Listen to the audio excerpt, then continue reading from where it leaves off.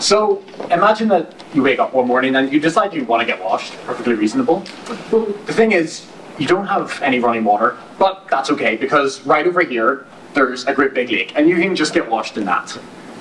You're careful not to drink the water because you know that could get you sick. But there's a hidden danger in that water that can make you sick without drinking it. There's a parasite in there called the blood fluke. It's just emerged from a snail host and now it's swimming through the water looking for its final host. That is you. When it finds you, it's going to penetrate your skin in seconds. You might not even know it happened. You might get a little bit of a rash, but who cares? You'll get over that. Over the next few weeks, you might get a bit of a fever, but you'll get over that too. That's fine. But when these parasites set up shop in the blood vessels they want to be in, they can cause serious problems over years. These things are only 1 centimeter long, but they lay eggs that can get stuck in different tissues of your body. And whenever they do, they cause inflammation. So you can end up with an enlarged liver, a distended abdomen. You can get them lodged in bladder tissue, and that can cause bladder cancers in some cases. And in children, it delays the development of kids. The thing is, this isn't some imagined reality for a lot of people. It's a stark reality of life for over 200 million people worldwide who are suffering with this chronic disease, mainly in developing nations.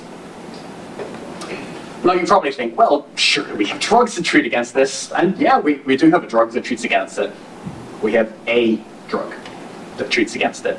We don't have backups, and because it's the only drug we have, it's almost inevitable that resistance is going to emerge from that. We also don't have vaccines. And to make matters even worse, this drug has been on the market since the 1970s. We don't actually know how it works. Or do we? I was really lucky as a parasitologist a few years ago to be part of a team that identified how this drug works. Now, identifying drug targets is really hard in a worm or any parasite or in anything because this parasite has thousands of proteins and you don't know which one it interacts with. It's a bit like somebody giving you this key and saying, somewhere in Belfast, this unlocks a door. You'd say, you're an idiot if you expect me to find that.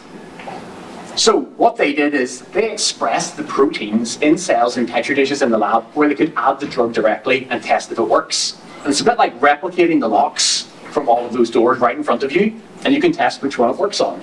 And by doing that, they identified the target of the drug. This means that they're now able to improve the drug so it works better against the blood fluke. It's also going to mean that it can work against other parasites and also that it can circumvent future resistance. So we're taking this old drug and we're teaching it some new tricks and we're going to improve the lives of millions of people around the world in doing so. Thank you.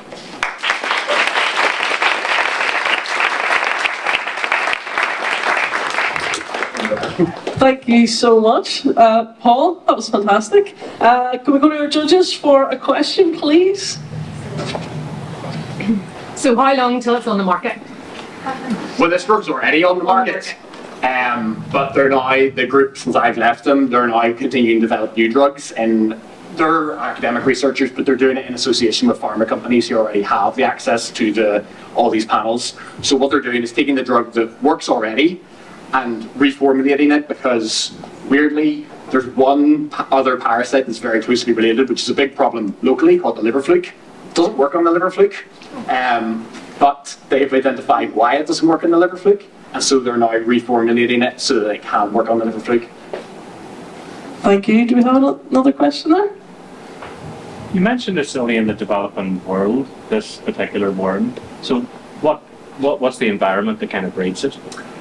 It breeds in, it needs a snail host, so that intermediate host.